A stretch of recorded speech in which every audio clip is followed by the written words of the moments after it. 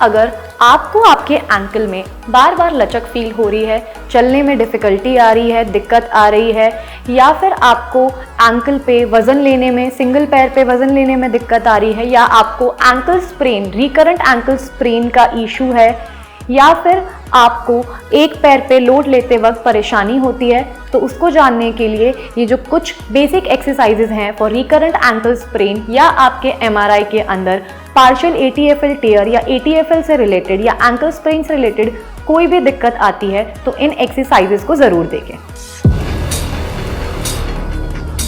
नमस्कार, मैं doctor Ayushi, physiotherapy department, team Orthosport. ये कुछ ऐसी एक्सरसाइजेज हैं जिनको आप ऐड करना ना भूलें अपने एंकल रिहैब में। इसे जानने के लिए इस वीडियो को आगे तक ज़रूर देखें। एंकल रिहैब के अंदर सबसे ज़रूरी आता है, सबसे मेजर पार्ट जो है वो है एंकल का रेंज ऑफ मोशन, यानी आपके एंकल की रेंज। तो एंकल की रेंज ऑफ मोशन को बढ़ाने के लिए या रेंज ऑफ मोशन इंप्रूवमेंट के लिए, या आपका रेंज कहीं अटक रहा है, रेंज ऑफ मोशन खोलने के लिए, उसे बेहतर बनाने के लिए ये जो कुछ एक्सरसाइजेज हैं इन पे ज़रा ध्यान दें। रेंज को बढ़ाने के लिए आप कोई भी चुन्नी, कोई भी थिक थेराबैंड लूप या फिर ऐसा TRX बैंड का इस्तेमाल कर सकते हैं। आपको इसे इस तरह से पकड़ना है और आगे की तरफ थोड़ा सा जाना है, पैरों को हल्का सा खोलना है और आपको कमर से नहीं झुकना है, आपको एंकल से वेट डालते हुए बॉडी का पूरा वेट आगे की तरफ ट्रांसफर करना है और आगे की तरफ इस तरह से गिरना है। पूरा आपको गिरना है, गिरना है, गिरना है, गिरना है, आगे जाना है। जिस जगह पर आपको आपके एंकल में अड़चन फील हो या आपको लगे कि रेंज वहां पे अटक रहा है, उस रेंज पर आपको ऐसे लगे कि आपका एंकल वहां पे प्रेशर आपको ज्यादा फील हो रहा है या स्टिफनेस, या फिर आपको ये फील हो रहा है कि वो वहां अटक रही है रेंज, वहां पे आपको होल्ड करना है कम से कम 10 से 15 सेकेंड। होल्ड करिए 1 2 3 4 5 6 7 8 9 10 और वापस आइए। आपको पूरी तरह से बैंड को खींचना है, दोबारा आपको आगे की तरफ जाना है, जाना है, जाना है, पूरी बॉडी का वेट डालना है। आपको इस तरह से कमर का इस्तेमाल नहीं करना है, आपको बॉडी को एकदम सीधा लेकर जाना है और आगे की तरफ गिरना है। होल्ड करना है 10 से 15 सेकेंड एंड रेंज पे and then come back. To improve the ankle range or dorsiflexion, you can do this exercise. You have to hold at the end range and you can then hold and then come back.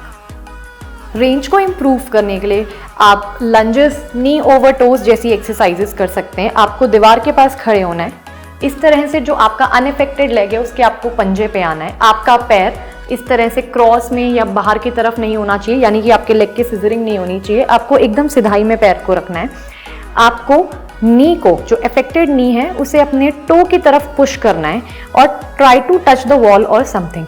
जब आप ये चीज़ करेंगे तो ध्यान रखिए आपका जो ankle है वो इस तरह से उठना नहीं चाहिए। एंकल को नीचे दबाते हुए touch and then come back. घुटने को सामने की तरफ पुश करते हुए touch and then come back. जितना एंकल का रेंज रिहैब में इंपॉर्टेंट होता है, उतना ही हमें प्रोग्रेसिवली एंकल की लोडिंग भी इंपॉर्टेंट होती है। So for ankle loading you can start with heel raises और you can call it calf raises. आप किसी वॉल के अगेंस्ट इस तरह से खड़े हो सकते हैं। शुरुआत करने के लिए आपको वॉल का सपोर्ट लेना है और दोनों पैर पे इक्वल वजन देते हुए raise up and slowly slowly come down. उठाइए और धीरे धीरे धीरे धीरे down. Raise up and completely come down. To progress this, you can take load on single leg and raise up and slowly slowly slowly come down. Raise up and slowly slowly slowly slowly come down. आप stepper पे खड़े हो सकते हैं। आपका पंजा stepper पे होना चाहिए और एड़ी स्टेपर से बाहर। आपको पूरा अपना हील ड्रॉप करना है और पूरा रेस करना है।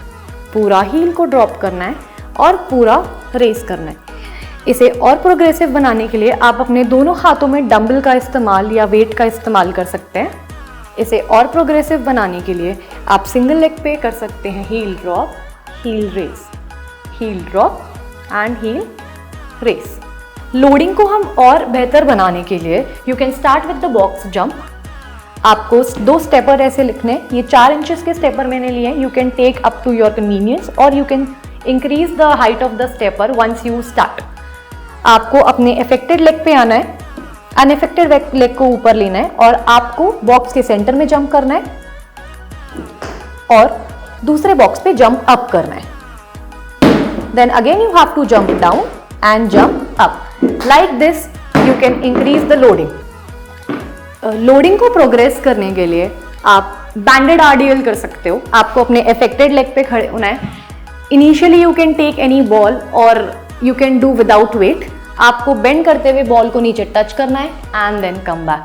मेक श्योर आप जब बेंड करो तो आप अपने एंकल को इस तरह से लिफ्ट ना करो. आपको अपने पूरे हील पे वजन देते हुए, पूरे पैर पे वजन देते हुए touch and then come back. To progress this आपको जो बैंड है, थेरा बैंड को अपने एंकल पे इस तरह से बांधना है. सामने आप कहीं पे उसको हैंग कर सकते हो.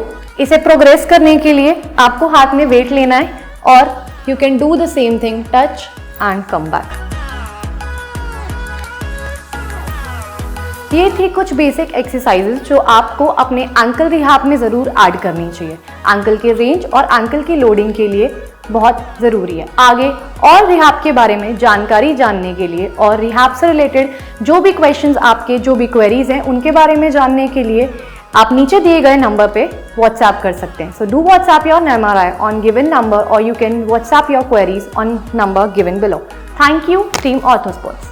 ऑर्थो स्पोर्ट्स इंजरी के साथ भी, इंजरी के बाद भी